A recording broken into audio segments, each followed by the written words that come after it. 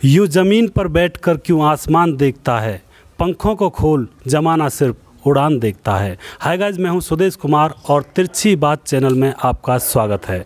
साथियों, जैसा कि आपको मालूम है, हम अपने प्रोग्राम पर हर रोज़ एक नए मुद्दे के साथ यहां पर आते हैं और आज का जो हमारा प्रोग्राम है वो है पंचों का इंटरव्यू।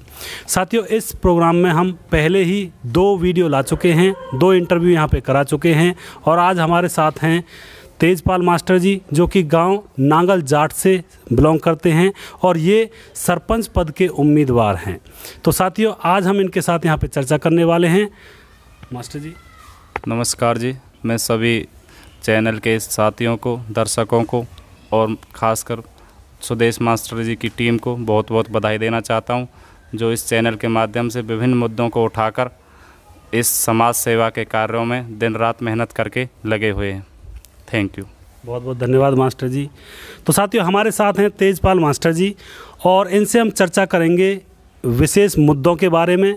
ये अभी सरपंच पद के उम्मीदवार हैं और ये क्या क्या काम करेंगे और क्या क्या आपके लिए सुविधाएं लाने वाले हैं सरपंच बनने के बाद। तो तेजपाल मास्टर जी, मैं आपसे सबसे पहले वही नॉर्मल प्रश्न पूछूंगा जो नॉर्मल प्रश्न होता है। आपकी क्वालिफ़िकेशन के बारे में थोड़ा सा मैं जानना चाहूँगा और जनता भी आपकी क्वालिफ़िकेशन के बारे में थोड़ा सा जानना चाहेगी, तो आप बताएं थोड़ा सा। जी, मैं बीएससी मैथमेटिक्स जेवीटी और टीचिंग प्रोफेशनल से जुड़ा हुआ हूं और 2016 में पंचायत चुनाव के पंच उम्मीदवार के रूप में जनता की सेवा में 2016 से लगातार लगाए हूँ। बहुत ही अच्छी बात है मास्टर जी। बहुत ही अच्छे पढ़े लिखे उम्मीदवार आपके सामने हैं। अगर आप इनका साथ देते हो तो आपको एक पढ़ा लिखा एक पंच आपको मिल जाएगा। तो मास्टर जी, अगला प्रश्न मैं ये पूछना चाहता हूँ आपसे कि आपका राजनीति की तरफ रुझान कैसे हुआ, आपका मन कैसे हुआ राजनीति में आने के लिए? राजनीति सर एक समाज सेवा करने का माध्यम है, जिससे लोगों की समाज सेवा करने का मौका मिल जाता है और ये पता चल जाता है कि हम इस समाज में रहते हुए किन किन समस्याओं से गुजर रहे हैं, ताकि उन समस्याओं का समाधान करा के हम अपने जीवन और ग्राम वासियों के जीवन को अग्रसर ऊंचाइयों तक ले चल सकें। बहुत बढ़िया, बहुत ही अच्छे विचार है मास्टर जी आपके। तो मैं आपसे ये भी पूछना चाहता हूँ कि आपके परिवार में क्या कोई पहले से राजनीति में था या फिर आप ही अकेले आए हो अभी पहली बार? नहीं सर, मैं 2016 से जब से पंचायत चुनाव के पंच उम्मीदवार के रूप में आया हूँ, उससे पहले हमारे परिवार में लोगों में इस राजनीतिक मुद्दे को लेकर कोई कैसी भी भावनाएं नहीं रही, लेकिन मैंने शिक्षित होने के साथ साथ इस मुद्दे पर खुलकर अपने पंचायत चुनाव में चुनाव लड़कर ये फैसला किया कि मैं समाज सेवा को रूप में आगे लेकर चल सकूं, जिससे ग्रामवासियों का, क्षेत्र का कुछ भला हो सके। बहुत ही अच्छी बात है मास्टर जी, यानी कि जन सेवा आप करना चाहते हो लोगों की। जी। तो मैं आपसे एक बात और पूछना चाहता हूँ, क्या आपने कभी पहले कोई राजनीतिक कार्य किया है, अब से पहले कोई जन सेवा की हो, अब से पहले, इसमें आने से पहले? इन 5 सालों में जो पंचायत के रूप में जो चुनाव हुए थे, उनमें जो हमारे गांव से 15 वार्डों से जो पंचायत मेंबर चुन के आए, वो सब इसी माध्यम से चुनकर आए कि हम भी अपनी समाज सेवा में कुछ योगदान दे सकें और जिससे समाज के रूप में कोई भलाई कार्य हो सके।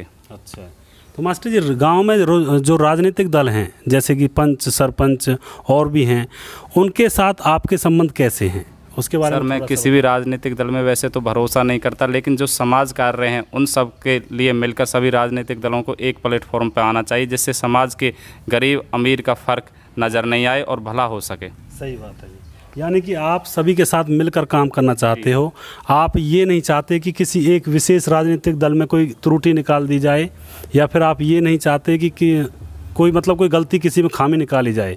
यानी कि आपका कहने का मतलब ये है कि हमें लोगों की सेवा के लिए आगे बढ़ना चाहिए और लोगों को आगे बढ़ाना चाहिए, अपने गांव की जनता को। बहुत ही अच्छे विचार हैं मास्टर जी के।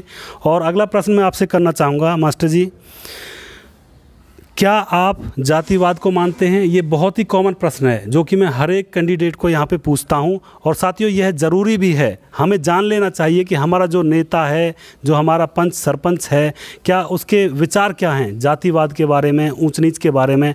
तो यही बात हम मास्टर जी से जानना चाहते हैं। आप जातिवाद को मानते हैं या फिर? सर, मैं किसी जातिवाद को नहीं मानता हूँ, नहीं किसी जातिवाद के भाव को बढ़ावा देता हूँ। मेरी नज़र में सभी जातियाँ, सभी धर्म इक्वल हैं और सभी धर्मों के लोगों के साथ मिलकर के समाज के कार्यों को, एक सामाजिक भावना को लेकर आगे बढ़ा जा सकता है। अच्छा मास्टर जी, एक बात और बताइए, हमारा एक पर्सनल क्वेश्चन है। अगर आपके सामने एक, मान के चलो आप सरपंच बन जाते हो और आपके सामने एक जनरल कास्ट का इंसान आता है और एक जो शेड्यूल कास्ट का इंसान आता है, यानी कि दो पक्ष हैं और आपको उनका काम करवाना है, आप एक ही पक्ष का काम करवा सकते हो, ये आपके पास अथॉरिटी है, तो आप किसका काम पहले करवाओगे? सर, समाज का काम तो समाज का पहले होना चाहिए। सामाजिक उद्देश्यों को ध्यान में रखना चाहिए कि समाज का उद्देश्य क्या है, इस काम से समाज को क्या फ़ायदा होने वाला है, ना कि उसमें जनरल और शेड्यूल कास्ट को देखना चाहिए। जिससे कि समाज का भला हो, वो ही उद्देश्य आगे बढ़ना चाहिए। अच्छा जी, तो मतलब उनमें से आप ये देखोगे कि किसका काम होना चाहिए, यानी कि समाज के हिसाब से देखोगे कि कौन सा पक्ष सामाजिक हित में है। सामाजिक कार्य क्या है, समाज का भला किस कार्य से हो रहा है, ना कि जातिवाद को बढ़ावा देने से। सही बात है, बहुत ही अच्छी बात है, बहुत ही अच्छे विचार हैं हमारे तेजपाल मास्टर जी के, और आप भी इन बातों को सुन रहे होंगे, आपको भी अच्छा लग रहा होगा, और आपका जो पंच और सरपंच है वो बहुत ही अच्छा और नेक है। अगला प्रश्न मैं आपसे करना चाहूँगा तेजपाल मास्टर जी, आपके हिसाब से आपके गांव में जो पिछला सरपंच था, वो आपको, उसका जो कार्यकाल है वो आपको कैसा लगा, उसके बारे में थोड़ा सा प्रकाश यहाँ पे डालें। सर, जितने भी आज तक जब से पंचायती राज चुनाव हुए तब से जो भी सरपंच बनाए, उन्होंने अपने कार्यकाल में समाज के लिए कुछ ना कुछ तो भलाई का कार्य किया। उस बात को छोड़ते हुए ये देखना कि समाज का भला आगे बढ़ाने के लिए समाज को किस कार्य में लगा जा सकता है, समाज का भला किस उद्देश्य से हो सकता है, इस कार्य को आगे बढ़ाने की सोच रखते हुए हमें आगे कार्य करना होगा। सही बात है, यानी कि सभी ने अपना अपना योगदान दिया है, जैसा भी उनसे बन पड़ा है।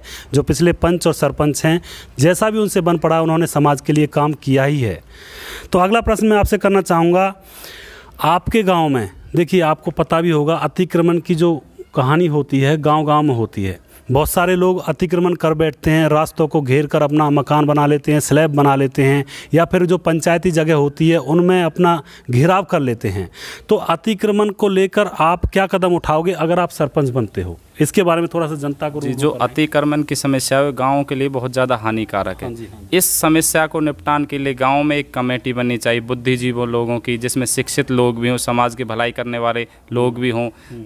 उसको लेकर इस कमेटी का उद्देश्य ये रहेगा, उन लोगों को समझाया जाए कि इससे अतिक्रमण से क्या हानियां हो रही हैं, क्या हमारा नुकसान हो रहा है, क्या गाँव की बदनामी हो रही है। उन सारे उद्देश्यों को रखते हुए इस अतिक्रमण की समस्या को एक कमेटी के द्वारा सॉल्व करने का प्रयास किया जाए। तो बहुत ही अच्छी बात है, यानी कि अतिक्रमण को हटाना चाहिए आपके हिसाब से। मास्टर जी, जो पहले घर बने हुए हैं किसी का, अगर उस घर को भी आप हटाओगे, जैसे मान के चलो किसी ने रास्ते में घर बना लिया है, उसको अगर आप रास्ते में से हटाओगे तो ये तो गलत हो जाएगा, किसी का घर उजड़ जाएगा। यहाँ पे आपके विचार क्या हैं? सर, उसके लिए हमारे गांव में पंचायत के पास बहुत सारी ज़मीन है। किसी भी घर को उजाड़ने का उद्देश्य नहीं है, उसको बसाने का उद्देश्य है। उसको अलग से एक प्लॉट के रूप में कुछ ज़मीन प्रोवाइड करा के उसको वहाँ पे बसाया जाए, जिससे वो भी बसा रहे गांव में, और गांव का जो अतिक्रमण का रास्ता घिरा हुआ वो भी, उसका भी हल निकल जाए, उस समस्या का भी। तो बहुत ही अच्छी बात है साथियों। उन लोगों से मैं खासकर गुजारिश करूँगा जिनके कई वजह से जो घर हैं या फिर कोई प्लॉट है वो किसी कारणवश पंचायती जगह में आ जाता है थोड़ा बहुत, तो उनके लिए बहुत खुशखबरी है कि उनको ऐसी कोई समस्या का सामना नहीं करना पड़ेगा कि आपका घर बिगड़ जाए, उजड़ जाए। उसका भी एक समाधान यहाँ पे, अच्छा समाधान ढूंढा जाएगा तेजपाल मास्टर जी के द्वारा। अगला प्रश्न मैं आपसे पूछना चाहूँगा मास्टर जी, जो पेंशन का मामला है ये भी एक बहुत ही ऊंचे दर्जे पर है। कई बार क्या होता है, गांव में वो लोग तो पेंशन ले रहे होते हैं जिनकी अभी उम्र नहीं हुई, एज नहीं हुई, मतलब भ्रष्टाचार एक तरह से, और कई बार उन लोगों को पेंशन मिल नहीं पाती है जो पेंशन लेने के एवज में योग्य होते हैं, उनको पेंशन मिल नहीं पाती है। तो इस मामले में आप क्या कदम उठाओगे? मैं सबसे पहले तो उन लोगों से गुजारिश करना चाहूँगा जो उम्र से पहले पेंशन ले रहे हैं, उनको ये पेंशन अपने आप ही छोड़ देनी चाहिए, जिससे कुछ गरीब तत्व के लोग हैं उनका भला हो सके, उम्र दराज जो लोग हैं पेंशन पाने के योग्य हैं उनको पेंशन मिल सके, और गाँव का जो सामाजिक कार्यों का उद्देश्य है वो पूरा हो सके, गरीबी अमीरी की जो खाई है वो पट सके। अच्छा जी। तो मतलब जैसे कि कोई अगर किसी की पेंशन बंधी हुई है, पहले से ही पेंशन ले रहा है, और फिर आप उसके बारे में क्या कहोगे? मैं उसके विषय में यही गुजारिश करना चाहूँ, उन लोगों को तब तक वो पेंशन छोड़ देनी चाहिए जब तक वो अपनी उम्र 60 के अब पास नहीं कर लेते हैं। जब जैसे ही उम्र उनकी पूरी हो जाती है तब वो पेंशन के योग्य माने जाएं और सामाजिक कार्य में इसमें अपना दायित्व निभाएं, जिससे कि उन लोगों को पेंशन मिल सके जो पेंशन पाने के योग्य हैं। बहुत ही अच्छे विचार हैं तेजपाल मास्टर जी के। मैं आपको बता देना चाहता हूं कि जो लोग पेंशन ले रहे हैं, यानी कि जिनकी अभी उम्र हुई नहीं है और वो पेंशन ले रहे हैं, तो आपको ये समझ लेना चाहिए कि आप उन लोगों का हक छीन रहे हो जिनको पेंशन मिलती नहीं है, जो कि योग्य भी हैं। तो उनसे निवेदन करते हैं हमारे तेजपाल मास्टर जी कि उन लोगों को अपनी पेंशन को तब तक छोड़ देना चाहिए जब तक उनकी उम्र नहीं होती है। यही समाज का कल्याण है, इसी में समाज की भलाई है और यही जनहित का कार्य है। तो मास्टर जी, अगला प्रश्न मैं आपसे दहेज प्रथा के बारे में पूछना चाहूँगा। जो ये दहेज प्रथा आजकल चली हुई है, गांव में भी शादियां होती हैं तो दहेज ली जाती है, बेटियों से दहेज दी भी जाती है। हमने और आपने भी दहेज ली भी होगी और दी भी होगी, ये भी हम नहीं कहते कि हम फेयर हैं। तो इसके बारे में आप क्या कहोगे, आप क्या कदम उठाओगे? जो ये दहेज प्रथा है समाज के लिए बहुत हानिकारक समस्या है। इसमें समाज के बुद्धिजीवों को आगे आना चाहिए और गाँव के अंदर, समाज के अंदर एक कमेटी बनानी चाहिए, जिससे जो लोग शादियां कर रहे हैं बेटी की या बेटे की, जो लोग शादियां कर रहे हैं, उन लोगों को समझाया जाए कि हम शादियों का उद्देश्य दहेज लेना है, दहेज देना नहीं है। हमारा उद्देश्य समाज के कार्यों में लगने के लिए ऐसा शिक्षित परिवार ढूंढना है जिससे कि आने वाली पीढ़ी हमारी शिक्षित होकर समाज के कल्याण के कार्यों में लगी रहें। सही बात जी। तो बहुत ही अच्छी बात है, यानी कि दहेज लेना और देना बिल्कुल बंद होना चाहिए, तभी हमारा समाज एक प्रगति की राह पर जा सकता है। तो मास्टर जी, एक प्रश्न ये है कि आपके जो पिछले सरपंच हैं आपके गांव नांगल जाट के, उन्होंने क्या रास्तों और नालियों का जो मामला है वो निपटा लिया है पूरी तरह से, या फिर आप भी अगर सरपंच बन जाओगे तो आप भी वही माला रटोगे जो पुराने सरपंच रटते आए हैं कि नालियाँ बनवाई, रास्ते बनवाए, और वो फिर भी बनते नहीं हैं, फिर भी टूटे पड़े रहते हैं? तो इसके बारे में थोड़ा सा आप अपने विचार रखें। मेरा उद्देश्य किसी भी सरपंच के विकास कार्यों को ये देखना नहीं है कि उसने क्या किया है, क्या नहीं हुआ। मेरा उद्देश्य ग्राम सभा की मीटिंगों के द्वारा, ग्राम के बुद्धिजीवों के द्वारा जो कार्य अधूरे रह गए हैं या जो कार्य विकसित रूप से नहीं हो पाए, उनको आगे बढ़ाना है। चाहे वो गांव में नालियों की समस्या हो, चाहे गांव में वो किसी भी सफाई की समस्या हो, रास्तों की समस्या हो, रैंपों की समस्या हो, उनको एक ग्राम सभा की मीटिंग के द्वारा सुलझाने का कार्य किया जाएगा। तो मास्टर जी, मतलब यहाँ पे थोड़ा सा मैं ये भी पूछना चाहता हूँ कि जो पिछले सरपंच हैं, यानी कि पीछे जो आए हैं, उन्होंने क्या नालियों और रास्तों की जो समस्या है उसको पूर्ण रूप से निपटा लिया है या नहीं? थोड़ा सा ये और बताएं जनता को। कोई भी सरपंच हो, कोई भी समाज कल्याण के कार्यों में लगा हुआ व्यक्ति हो, अपने लाइफ पीरियड के अंदर किसी भी समस्या को पूर्ण रूप से ख़त्म नहीं कर सकता। अच्छा जी। तो जो समस्या रह जाती हैं तो आने वाले पर्सन का ये दायित्व बनता कि मैं उसकी कामों को नज़रअंदाज करते हुए अपने समाज के कल्याण के कार्यों में ज़्यादा से ज़्यादा योगदान दूं, जिससे लोगों का भला हो सके, गरीब अमीर की खाई पट सके। बहुत ही अच्छी बात है। तो साथियों, आपके जो सरपंच होने वाले हैं बहुत ही एक कहते हैं एक योग्य सरपंच हैं और हर समस्या का अच्छी तरह से, अच्छे रास्ते से अपना निपटारा खुद करना जानते हैं। और मैं आपसे उम्मीद यही करूंगा कि अपने सरपंच का आप पूर्ण रूप से साथ दें। तेजपाल मास्टर जी जो कि योग्य उम्मीदवार हैं और आपके लिए, आपके भविष्य में बहुत ही कारगर साबित होने वाले हैं, तो इनका तहे दिल से पूर्ण रूप से पूरा समर्थन करें और इनको अपने साथ लेकर चलें, जिससे कि आने वाली समस्याएं, जो आपके गांव में समस्याएं आती हैं, उनसे आपको उन परेशानियों से आपको निपटारा मिल सके आसानी से। तो मास्टर जी, और मैं प्रश्न पूछना चाहूँगा, क्या आपके गांव में पहले से ही कोई स्टेडियम, पुस्तकालय, व्यायामशाला, पार्क, पंचायत भवन, बारात घर, बस स्टैंड, लाइट की सुविधा है? इसके बारे में थोड़ा सा बताएं। सर, गांव के अंदर स्टेडियम, पुस्तकालय, व्यायामशाला, पार्क अभी तक कुछ नहीं है, लेकिन जो विधायक साहब के सहयोग से आने वाले टाइम में एक स्टेडियम भी, व्यायामशाला का प्रस्ताव भी पारित करके उनको मंजूरी लेकर बनवाने का कार्य किया जाएगा। यदि लोगों का सहयोग मिला तो गांव के अंदर होने वाला स्टेडियम ऐसा होगा कि इलाके में अभी तक ना बना है और ना बनेगा। अच्छा, बहुत ही अच्छी बात है, यानी कि पूरी मेहनत से और पूरी लगन से आप इस दिशा में प्रयास करने वाले हो। यानी कि आपसे अगर कोई काम नहीं होता होगा तो विधायक, मंत्री, ऊपर तक भी आप जाओगे इन चीज़ों के लिए। तो साथियों, आपके लिए, आपकी भलाई के लिए बहुत ही अच्छा कार्य यहाँ पे करने वाले हैं। आपके गांव में स्टेडियम, बस स्टैंड और पुस्तकालय, व्यायामशाला, पार्क, पंचायत भवन, ये सारी सुविधाएं आने वाली हैं अगर तेजपाल मास्टर जी सरपंच बनते हैं आपके गांव नांगल जाट के। अगला प्रश्न मैं आपसे पूछना चाहूँगा मास्टर जी, गरीब व पिछड़ा वर्ग के लिए आप क्या कदम उठाओगे?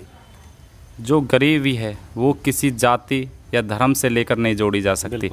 गरीबी तो एक गरीबी होती है, उसके लिए हम एक प्रस्ताव लाएंगे, जो किसी भी जाति का व्यक्ति गरीबी रेखा से नीचे, उसका बीपीएल बनवाया जाए, उसको पंचायत की तरफ से आर्थिक मदद की जाए, चाहे वो उसका रहने का मकान हो, खाने के प्रबंध का काम हो, चाहे वो किसी लेवल का उसके बच्चों की पढ़ाई के लेवल का कार्य हो, वो पंचायत के रूप में रहते हुए उस कार्य को आगे बढ़ाया जाए, जिससे कि उसको असुविधा का सामना ना करना पड़े। अच्छा जी। तो मास्टर जी, जैसे कि कई बार आपने देखा होगा बहुत सारे लोग ऐसे होते हैं जो मतलब बीपीएल कार्ड लायक नहीं होते हैं, लेकिन फिर भी उनके बीपीएल कार्ड बने हुए होते हैं और वो गरीब लोगों का हक खा रहे होते हैं। उस दिशा में आप क्या प्रयास करोगे? मैंने आपको पहले भी बोला था, ऐसे लोगों से गुजारिश करने का प्रयास करेंगे कि वो लोग खुद ही इन सामाजिक कल्याण के कार्यों में अपना जो ये योगदान ले रहे हैं, जिससे गरीब का हक छिन रहा, वो इस कार्य में अपना योगदान पीछे हटाएं और उन लोगों तक उस राशन को पहुंचाएं जिनको इनकी ज़रूरत पड़ रही है। बहुत ही अच्छी बात है। यानी कि उन लोगों से भी गुजारिश है, दोबारा से गुजारिश करते हैं हम कि जिन लोगों का जो हक है उस हक को ना खाया जाए और अपना पूर्ण सहयोग समाज की तरक्की में और प्रगति में आप दें। अगला प्रश्न मैं पूछना चाहूँगा, बहुत सारे किसान भी ये वीडियो देख रहे होंगे, प्रोग्राम, किसान और मज़दूर भी देख रहे होंगे, तो उनके लिए मास्टर जी आप क्या कदम उठाओगे, किसानों के लिए और मज़दूर विशेष वर्ग के लिए? किसान और मज़दूर दोनों ही एक दूसरे के बिना पूरक नहीं है। जैसा किसान है उसको मज़दूर की ज़रूरत होती है और मज़दूरों को किसान की ज़रूरत होती है।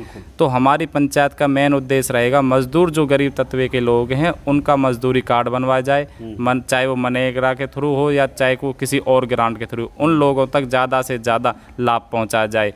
वो भी किसी को भी ये ध्यान में रखते हुए लाभ पहुंचाया जाए कि जो गरीब व्यक्ति ज़्यादा गरीबी से गुजर रहा है उसको पहले प्रायोरिटी दी जाए और बाद में उसके लेवल से अकॉर्डिंग टू इंक्रीजिंग के हिसाब से प्रायोरिटी दी जाए। तो मास्टर जी, जो ये मनरेगा स्कीम है, क्या आपके गांव में पहले से है? ये मनरेगा स्कीम जब से अपनी सरकार ने लागू की तब से ही चलती आ रही है, लेकिन कुछ लोगों के घपलेबाजी के कारण ये मनरेगा स्कीम में उन लोगों को इसका लाभ नहीं मिल पाता जो इसके वास्तव में लाभ के लायक हैं।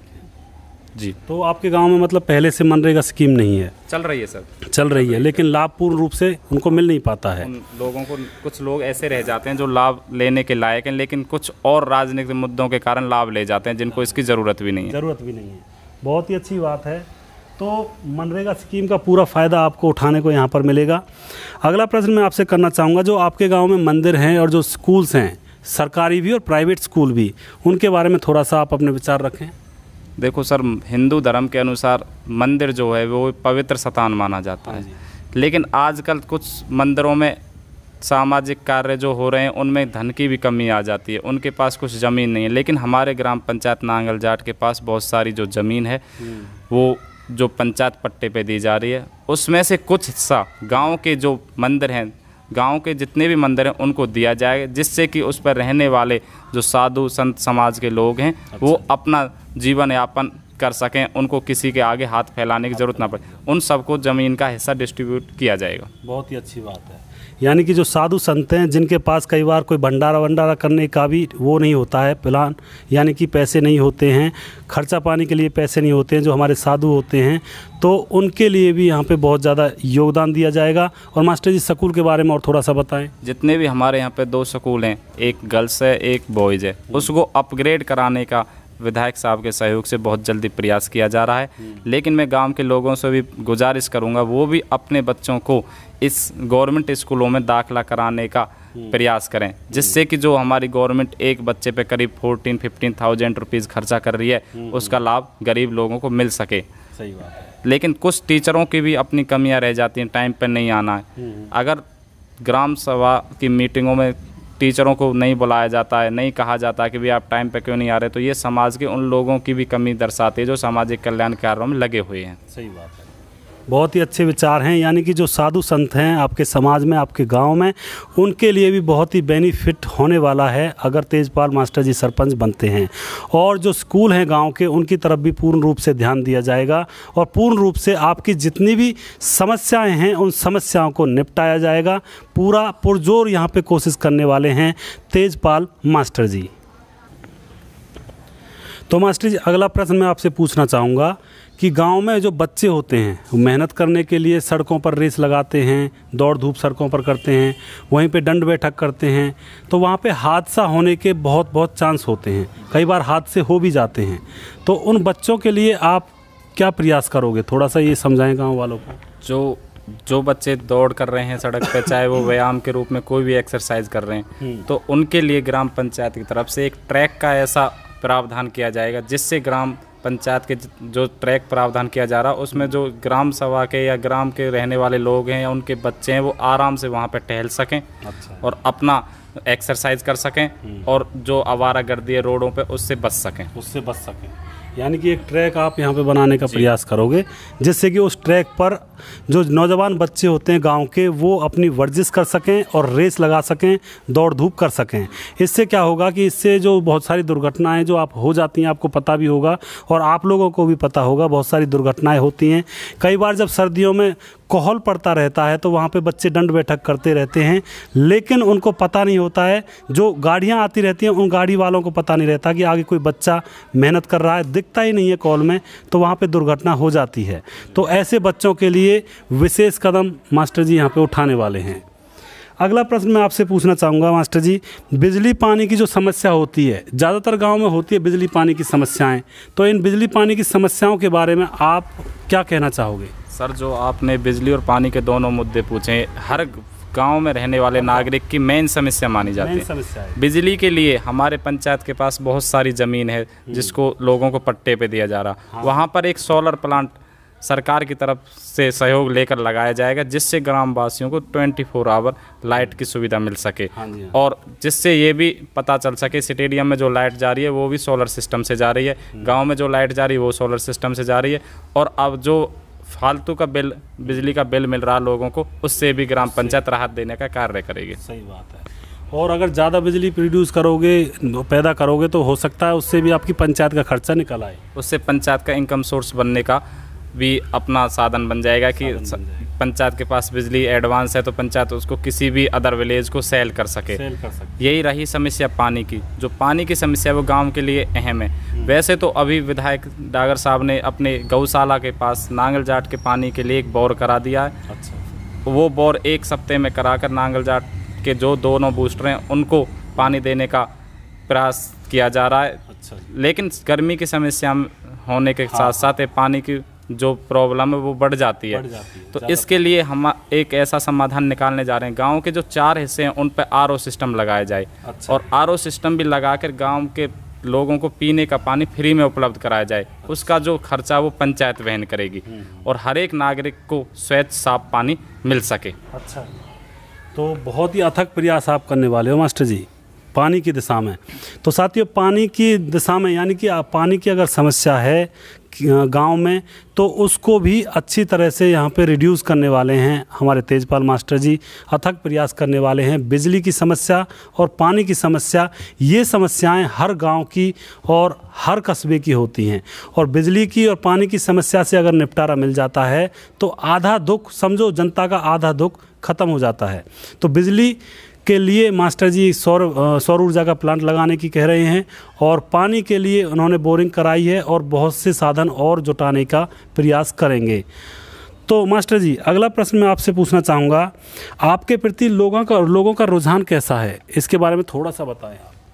क्योंकि एक बात मैं आपको पूछना चाहता हूँ कि लोग भी आपका साथ तब देंगे, कुछ ऐसी प्रथा हमारे समाज के अंदर होती है कि अगर हमें कैंडिडेट के ये लगता है कि कैंडिडेट के पीछे लोगों का रुझान अच्छा है तो हम उस कैंडिडेट को वोट देना भी नहीं चाहते हैं, फिर भी देने लगते हैं, क्योंकि उसका रुझान दिख जाता है हमें और लगने लगता है कि जब यही सरपंच बनेंगे तो हम वोट और जगह क्यों दें। तो इसीलिए मैंने ये प्रश्न किया है। और अगर किसी कैंडिडेट का रुझान लोगों के प्रति या लोगों का रुझान उनके प्रति खराब रहता है तो जो कैंडिडेट वोट देने वाले होते हैं वो भी वोट नहीं देते हैं। इसीलिए मैंने इस प्रश्न को यहाँ पे रखा है। तो मास्टर जी, लोगों का रुझान आपके प्रति कैसा है? सबसे पहले तो मैं युवा साथियों से, एजुकेटेड पर्सनों से ये गुजारिश करना चाहूँगा, जो ग्राम पंचायत के जितने भी कैंडिडेट हो रहे हैं, सबसे पहले उनमें ये देखा जाए कि ये स्वयं कैंडिडेट है या इसके फैमिली से कैंडिडेट है। कई बार ऐसा होता है कैंडिडेट फैमिली से होता है, प्रचार करने वाला स्वयं होता है, उसमें भी बहुत सारी परेशानी आती हैं कि वो सेल्फ इंडिपेंडेंट पे कोई फैसला नहीं ले सकता। तो वो समाज के कारणों के लिए भी वो भी कई बार दुखद हो जाता है कि उसको सेल्फ में अपने फैसले लेने का कोई भी ऐसा अधिकार नहीं है, उसको फैसला दूसरा लेता है और कार्य कोई और करता है। तो मैं लोगों से ये गुजारिश करना चाहूँ, इस बात का भी ध्यान रखें कि सामने वाला कैंडिडेट अपने आप में है या उसके परिवार से है। परिवार से है, बहुत ही अच्छी बात है। साथियों, कई बार कैंडिडेट कोई और होता है लेकिन उसको सपोर्ट करने वाले अपनी 100% गारंटी भरते फिरते हैं, ये आपने देखा भी होगा। तो आपको ऐसा कैंडिडेट चुनना है जो कैंडिडेट अपने फैसले खुद ले सके, आपसे पूछ कर ले सके, आपके बीच में खड़ा होकर अपने फैसलों का निर्णय ले सके। ऐसा कैंडिडेट ही आपको चुनना चाहिए।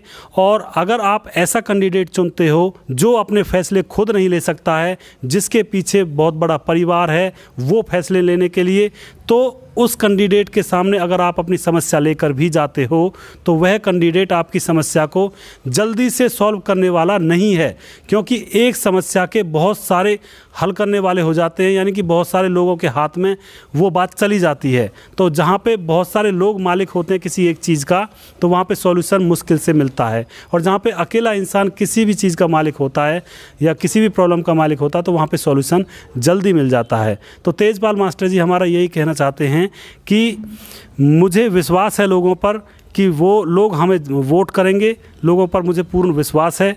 इसी बात को तेजपाल मास्टर जी हमसे कहना चाहते हैं। अगला प्रश्न मैं तेजपाल मास्टर जी से करना चाहूँगा कि किसान के लिए आपने बताया कि किसानों के लिए क्या करेंगे, मज़दूरों के लिए बताया, बच्चों के लिए बताया। अब बुज़ुर्ग लोगों की बारी आती है, वो भी इस प्रोग्राम को देख रहे होंगे। तो बुज़ुर्ग लोगों के लिए आप क्या करोगे? कोई ऐसा कदम जो आप उठाना चाहो?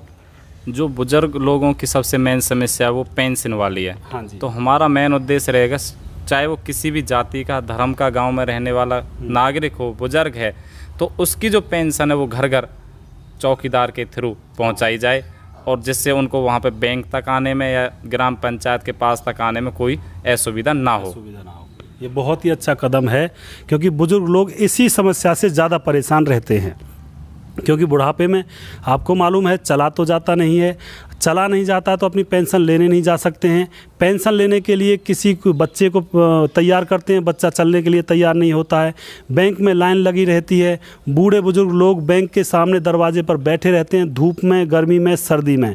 तो यहाँ पे बुजुर्गों के लिए ये सबसे बड़ा कदम होगा कि उनकी पेंशन उनके घर बैठे ही उनके पास आ जाए। तो साथियों, यहाँ पे जो हमारे मास्टर जी हैं, तेजपाल मास्टर जी, ये इस काम को सबसे पहले करने वाले हैं।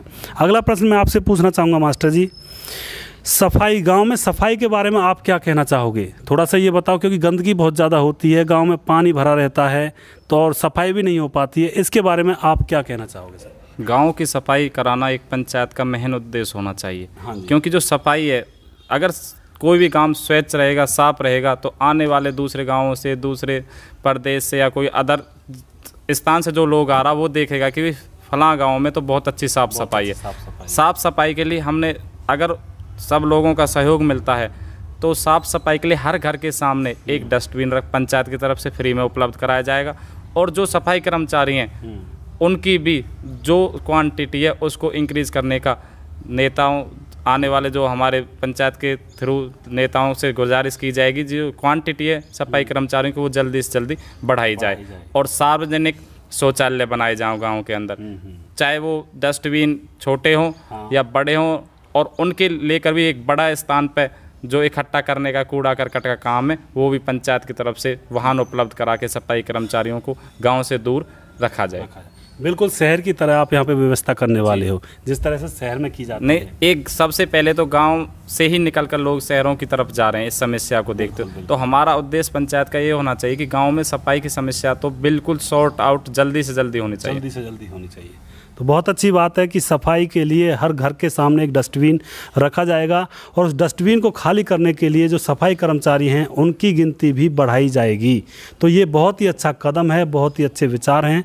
अगला प्रश्न मैं आपसे पूछना चाहूँगा मास्टर जी, जो पानी का जो हॉस्पिटल है, जो एक ये क्या कहते हैं रेन वाटर हार्वेस्टिंग है, इसका भी शायद कोई प्रावधान आपने सोच रखा है, इसके बारे में थोड़ा सा बताएं। जो रेन वाटर हार्वेस्टिंग जो सिस्टम है, उसके लिए ग्राम पंचायत अगर ये सब लोगों का सहयोग मिलता है तो उसके लिए जो गांव का पानी इकट्ठा होकर आ रहा है, चाहे वो बरसात का हो या चाहे वो डेली वेज यूज का पानी हो, उसको गांव के चारों तरफ 4 हार्वेस्टिंग सिस्टम के टैंक बनाकर उसको कलेक्ट किया जाएगा, जिससे कि वो पानी चाहे वो सिंचाई के लिए प्रयोग किया जा सके, चाहे वो उसमें आरओ लगाकर पशुओं के लिए प्रयोग किया जा सके, इंसानों के डेली वेज पर्पज़ के लिए प्रयोग किया जा सके, उसका भी यूज मतलब प्रयोग में ही आ सके, वो वेस्ट ना जाए। तो साथियों, जो रेन वाटर हार्वेस्टिंग होता है ये क्या होती है? इसका मतलब ये होता है कि जो बरसात में पानी आता है उसको इकट्ठा कर लिया जाए, या फिर जो ज़्यादा पानी हो जाता है उसको इकट्ठा कर लिया जाए। इससे आपको क्या फ़ायदा होगा? इससे फ़ायदा आपको ये होगा कि अगर पीछे से पानी नहीं आता है या आपके पास पानी नहीं रहता, पानी की कमी होती है, शॉर्टेज होती है, तो रेन वाटर हार्वेस्टिंग के ज़रिए आपकी पानी की शॉर्टेज को दूर किया जाएगा। तो ये होता है रेन वाटर हार्वेस्टिंग का जो काम है। तो उस दिशा में भी हमारे मास्टर जी एक अथक प्रयास करने वाले हैं। अब मास्टर जी मैं आपसे पूछना चाहूँगा हॉस्पिटल के बारे में, हॉस्पिटल्स के बारे में क्या ख्याल हैं आपके? हमारे गांव में एक गवर्नमेंट हॉस्पिटल है जो विधायक श्री हमारे भगवान सरावत जी के उनके प्रयासों से और उस टाइम की पंचायत के प्रयासों से बनवाया गया था, लेकिन कई कारण से उसमें भी डॉक्टरों की कमी है, चाहे वो एम्बुलेंस की कमी है। उन सारी समस्याओं को ध्यान में रखते हुए यह प्रयास किया जाएगा कि उसको अपग्रेड कराया जाए हॉस्पिटल में। अच्छा। और 24 आवर डॉक्टरों की सुविधा कराई जा सके। अच्छा। वैसे तो अभी भी उस हॉस्पिटल के अंदर जो एम्बुलेंस की शॉर्टेज थी, एम्बुलेंस कंडम हो चुकी थी।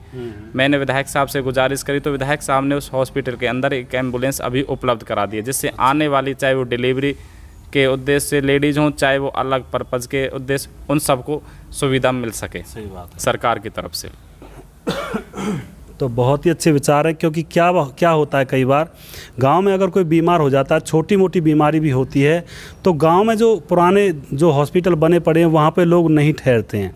क्यों नहीं ठहरते हैं? क्योंकि वहाँ पे सुविधा नहीं है, डॉक्टर्स नहीं है, वहाँ पे और ज़्यादा कोई संसाधन नहीं है। तो इसीलिए लोग गांव में रुकने की बजाय शहरों के हॉस्पिटलों की तरफ भागते हैं और प्राइवेट हॉस्पिटलों में जाकर अपना नुकसान करवा आते हैं। तो यहाँ पे अगर गांव के अंदर हॉस्पिटल की सुविधा अच्छी होगी, डॉक्टर अच्छे होंगे, 24 घंटे वो ओपन रहेगा, खुला रहेगा, तो आपको शहर जाने की ज़रूरत नहीं पड़ेगी। गांव में ही आपकी बीमारी का इलाज अच्छी तरह से हो पाएगा। तो हॉस्पिटल की तरफ भी जो हमारे तेजपाल मास्टर जी हैं वो एक बहुत ही अच्छी तरह से यहाँ पे योगदान करेंगे और बहुत ही उनकी उम्मीदें हैं कि गांव में हॉस्पिटल हो, पानी की व्यवस्था हो, बिजली की व्यवस्था हो, लोग परेशान ना हो, कूड़ा करकट की व्यवस्था हो। तो इन चीज़ों के बारे में बहुत ज़्यादा ध्यान देना चाहते हैं मास्टर जी।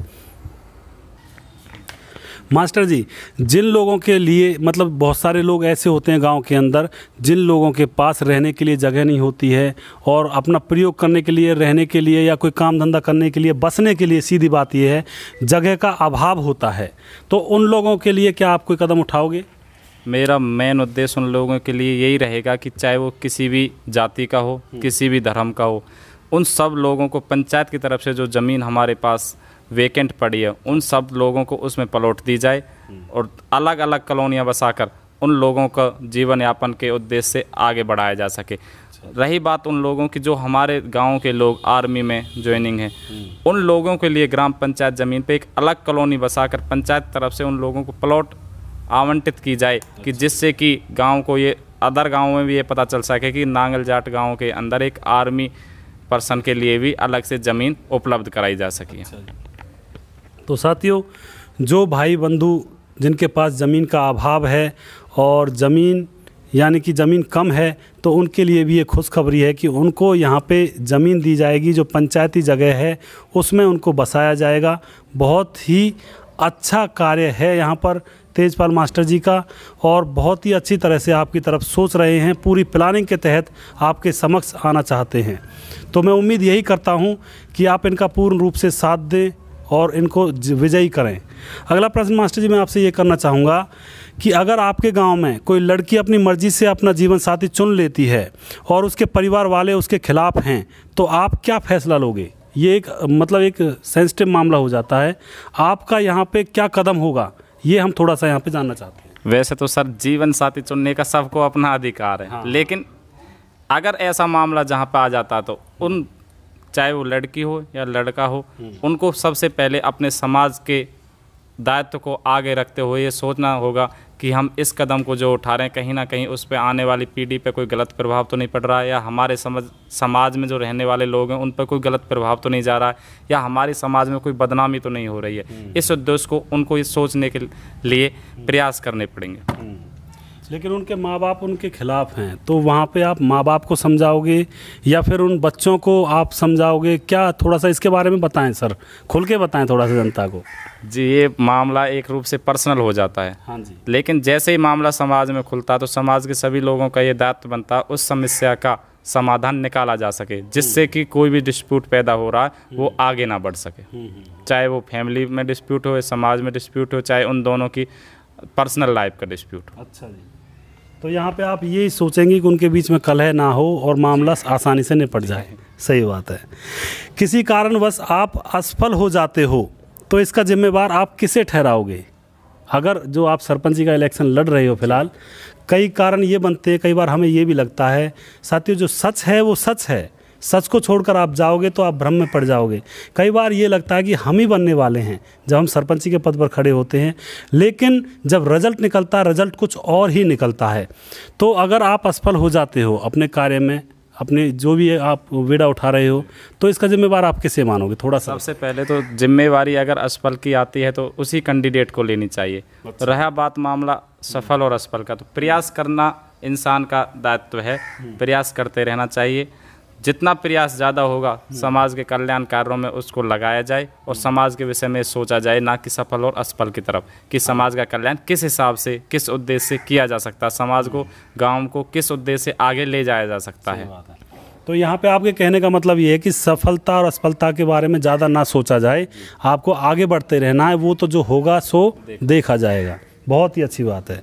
ज़्यादातर लोगों के मन में ये भावना रहती है कि जो हमारे ऊपर ज़्यादा खर्च करेगा उसको ही वोट देंगे। इसके बारे में आपके क्या विचार हैं? ज़्यादातर लोगों के बारे में भावना होती है, यही होती है, और सोचते भी हैं, लोग सोचते भी हैं। मेरा सबसे पहले तो यही विचार है, जो लोग किसी भी कारणवश किस प्रेशराइज, चाहे वो पैसे का हो या अदर किसी थिंग्स का हो, उसको लेकर प्रेशर में आ रहे हैं, तो मैं उन ऐसे लोग समाज के कल्याण कार्यों में अपना योगदान नहीं दे सकते। रही बात वोट बैंक की, अगर कोई व्यक्ति आपकी वोट किस पैसे से या किसी और थिंग्स से प्रलोभन दे के ले लेता है, तो सबसे पहले जितना खर्चा उस पर्सन ने लगाया है उससे ट्रिपल करके उसको आपके ही पंचायत से निकालेगा। भलाई का तो काम बहुत दूर का रहा, सबसे पहले तो उसको उस उद्देश्य की पूर्ति करनी पड़ेगी जितना खर्चा उसने पंचायत में लगा दिया।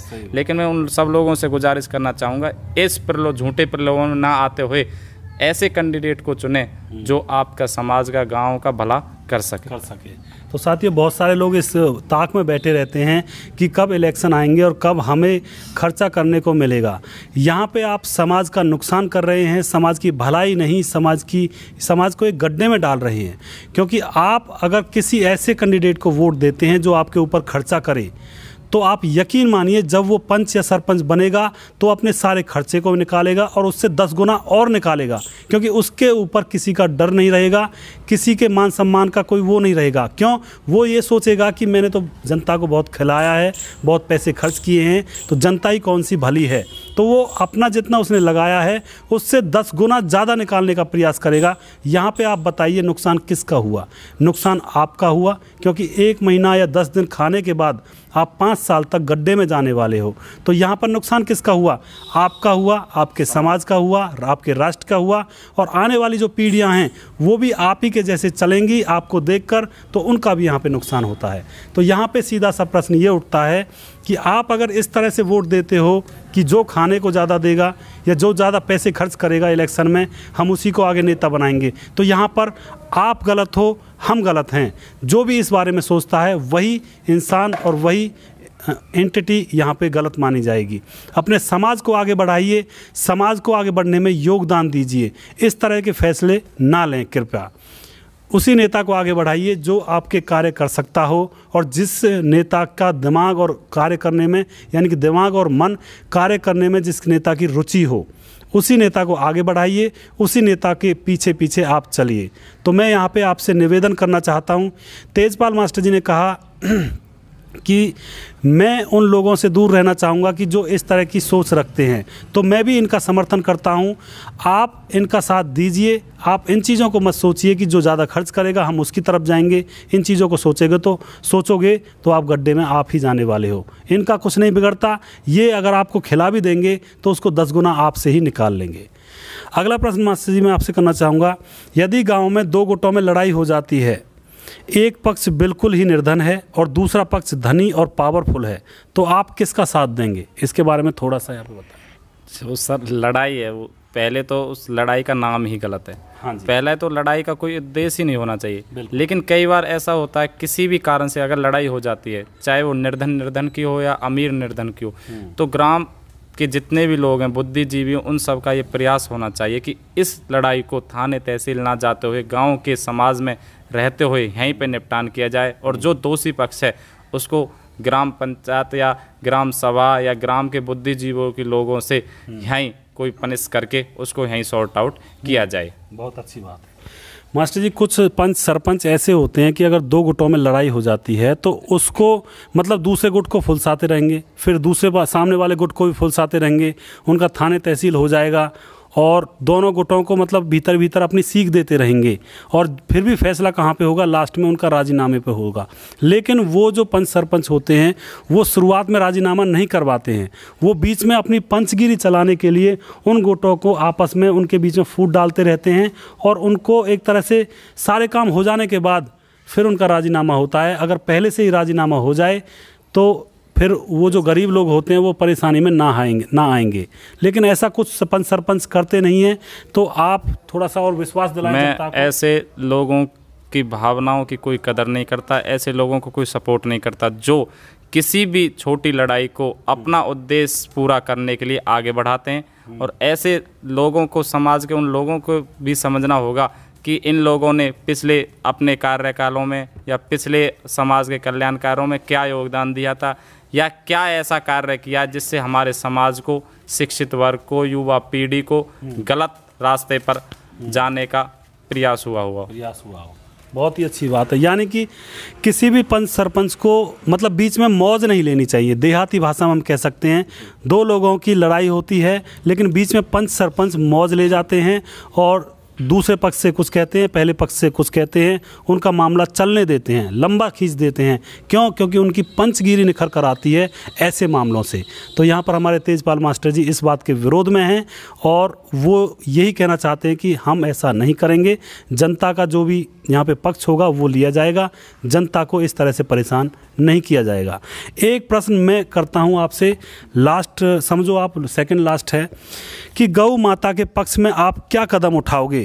जो आवारा घूमती रहती हैं, कई बार चोरी हो जाती हैं गौ माताएं, तो इस मामले में आप क्या कदम उठाओगे अगर आप सरपंच बनते हो, सरपंच पद के? वैसे तो मैं इस बीजेपी सरकार को भी बधाई देना चाहूँगा। इसने गौ माता के किसी भी कारणवश चोरी होने के उपलक्ष्य में या गौ कसी करने वाले लोगों पे बहुत हैवी शिकंजा कसा। लेकिन रही बात गांव की, जो गौ माता हैं वो अगर आवारा घूमती हैं तो वो किसी न किसी ये कारण रहता है कि समाज के उन लोगों का ही कारण है जो लोग दूध पीने के बाद उस गौ माता को अपना घर का दरवाज़ा बंद करके बाहर निकाल देते हैं। तो उन लोगों को ये सोच बदलनी चाहिए। रही अगर समाज का कोई ऐसा लोग करता हुआ मिलता है तो उसको समाज की तरफ से दंडित किया जाएगा और उन गौ माताओं के लिए पंचायत ज़मीन पर स्पेशल शेड बनाकर उनका रहने का प्रबंध किया जाएगा। बहुत ही बढ़िया विचार हैं, बहुत ही अच्छे विचार हैं मास्टर जी के। और साथियों, बहुत ही अच्छे ख्याल हैं तेजपाल मास्टर जी के। अगर ये सरपंच पद के उम्मीदवार बनते हैं तो आपको बहुत ही बेनिफिट होने वाला है, ये हम विश्वास के साथ यहाँ पे कहते हैं। तो साथियों, अब हमारे अजीत मास्टर जी कुछ 2-1 क्वेश्चन पूछेंगे तेजपाल मास्टर जी से, उनको भी देख लेते हैं। हाँ जी अजीत मास्टर जी, आप प्रश्न कर सकते हैं। राम राम जी। सर, मेरा आपसे एक क्वेश्चन है कि जो पंचायत के जो पट्टे उठते हैं जी, पंचायत जो आपकी ग्राम पंचायत है उस ज़मीन छोड़ी जाती है पट्टे के लिए, उसमें कई बार धोखाधड़ी हो जाती है जी। जैसे कि पट्टे में लिखित में तो कुछ होता है जी, जो वहाँ लिखा होता है, लेकिन वास्तव में छोड़ा कितने में जाता है, उसके बारे में और आपके क्या विचार है जी? इसके बारे में लोगों के मतलब सरपंच जो होते हैं बात करके भूल जाते हैं, ऐसे बारे में हमारे गाँव में भी ऐसा काम हुआ है जी। लेकिन हाँ जी, आप इस बारे में क्या कहना चाहते हैं? मेरी इस पंचायत ज़मीन को लेकर स्थिति जो है बिल्कुल स्पष्ट है। जितनी भी पंचायत की ज़मीन ग्राम पंचायत के पास है उस सब को पंचायत पट्टे पे ना छोड़ते हुए, चाहे वो मंदिरों के लिए ज़मीन आवंटित हो, प्लॉटों के लिए हो, आर्मी कॉलोनी बनाने के लिए हो, चाहे वो मतलब चाहे जाट से लेकर चाहे शेड्यूल कास्ट तक का कोई भी व्यक्ति हो, गाँव में हर एक घर को प्लॉट दिया जाएगा। पंचायत ज़मीन में जो भी प्लॉट है वो हर एक घर को दिया जाएगा। उस ज़मीन को पंचायत पट्टे पर ना छोड़ते हुए अदर पर्पज़ में यूटिलाइज किया जाएगा। अच्छा जी। और सर, मेरा एक क्वेश्चन हो रहा है आपसे, जैसे कि गांव में पहले पशुओं के लिए जोहड़ होती थी, हर गांव में होती थी, लेकिन आजकल वो जोहड़ का सिस्टम ख़त्म होता जा रहा है कि पशु जो बाहर के जो डोलने के लिए जाते हैं तो घूमने फिरने के लिए थोड़ा व्यायाम सा भी हो जाता है। अब खूटे पे यहाँ से वहाँ बांध दिया, वहाँ से यहाँ बांध दिया। इन पशुओं के लिए भी आप क्या कर रहे हो? कोई जोहड़ वोहड़ का इंतजाम हो सकता है जी? देखो, गांव में रहने वाले जितने भी लोग हैं वो उनका भी जो उद्देश्य होता है वो पशु रखना इसलिए होता है कि जिससे उनको पौष्टिक, रहने वाले लोगों के परिवार को पौष्टिक खाना मिल सके, दूध अच्छी क्वालिटी का मिल सके। रहा जोहड़ों का मामला, अगर गांव में कहीं भी जोहड़ की कोई कमी दिखाई देगी तो उसको कंप्लीट पक्का करा के ग्राम सभा के मीटिंग में लेकर के और ग्राम के लोगों को सुपुर्ददारी किया जाएगा। बहुत ही अच्छे विचार तेजपाल मास्टर जी के। और साथियों, हम इस इंटरव्यू को यहीं पे एंड करना चाहेंगे। उससे पहले हम मास्टर जी से एक प्रश्न लास्ट में पूछना चाहेंगे। अंत में आप अपनी जनता को क्या संदेश देना चाहते हो तेजपाल मास्टर जी? थोड़ा सा जनता से भी रूबरू हो लीजिए, हमसे तो आपने बात करी। सबसे पहले मैं उन सब लोगों को जो शिक्षित वर्ग के लोग हैं, बुद्धिजीवी लोग हैं, उनको ये बधाई देना चाहूँगा और ये संदेश देना चाहूँगा कि वो सही चुने, जिससे कि ग्राम का विकास हो सके। करप्ट इंसान को आगे ना बढ़ने दें, क्योंकि एक करप्ट इंसान आगे बढ़ने से पूरे गांव के लिए हानिकारक सिद्ध हो सकता है।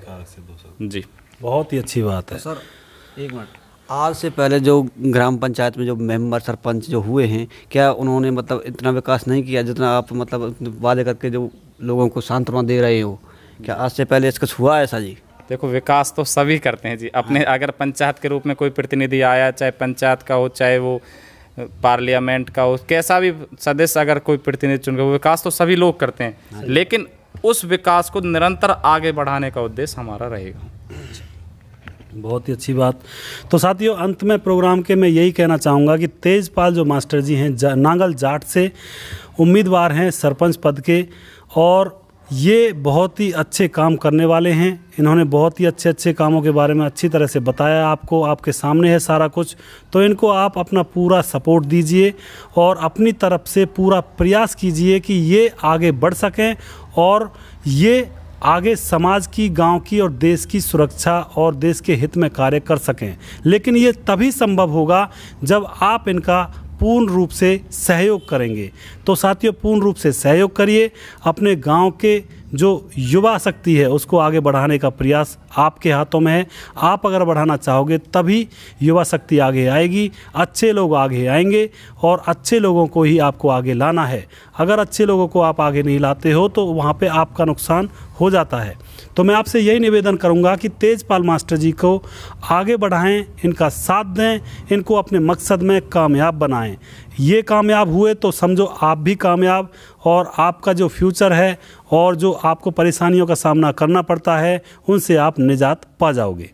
तो साथियों, अंत में मैं आपको एक बात और बता देना चाहता हूं कि जो बच्चे यूजीसी नेट एग्ज़ाम की तैयारी कर रहे हैं या एचटेट की तैयारी करते हैं या एचएसएससी, क्लर्क, फौज, पुलिस की तैयारी करते हैं, वो हमारे दूसरे चैनल को सब्सक्राइब कर सकते हैं जिसका नाम है नॉलेज नेट कंप्यूटर साइंस। वहाँ पे मैंने यूजीसी नेट का पेपर 1 अच्छी तरह से कराया हुआ है, उसकी 3 यूनिट मैं ऑलरेडी करा चुका हूँ और प्रीवियस ईयर के सारे क्वेश्चन मैं वहाँ पे करा चुका हूँ। और साथियों, कंप्यूटर साइंस का जो सब्जेक्ट है सेकंड पेपर का यूजीसी नेट एग्ज़ाम का, वो भी मैं वहाँ पे करा रहा हूँ, थ्योरी ऑफ कंप्यूटेशन। और जो भी बच्चे एचएसएससी और एचटेट का एग्ज़ाम देने वाले हैं वो भी हमारे चैनल को सब्सक्राइब कर सकते हैं। आपके काम के वीडियोस आपको वहाँ पे मिल जाएंगे, आपके काम की सामग्री आपको हमारे चैनल पर मिल जाएगी। चैनल का नाम है, मैं दोबारा बता देता हूँ, नॉलेज नेट कंप्यूटर साइंस। उस पर जाएं और उसको भी सब्सक्राइब करें। तो साथियों, मैं उम्मीद करता हूँ आपको ये वीडियो अच्छा लगा होगा। छोटा वीडियो तो नहीं है, बड़ा है, लेकिन आपके काम का वीडियो है, जानने का वीडियो है, कुछ इन्फॉर्मेशन पाने का वीडियो है। तो मैं उम्मीद करता हूँ आपको ये वीडियो पसंद आया होगा। और नेक्स्ट जो अगला पंचों का इंटरव्यू प्रोग्राम आएगा उसमें हम हाजिर होंगे एक नए पंच के साथ और नए पंच के विचार यहाँ पे सुनेंगे। और आज का जो ये प्रोग्राम है ये यहीं समाप्त करते हैं हम। तो साथियों, नेक्स्ट वीडियो हम बहुत जल्दी लेकर आएंगे पंचों का इंटरव्यू प्रोग्राम का। तब तक के लिए आप अपना ख्याल रखिए, खुश रहिए, आबाद रहिए। धन्यवाद। जय लाल दास बाबा।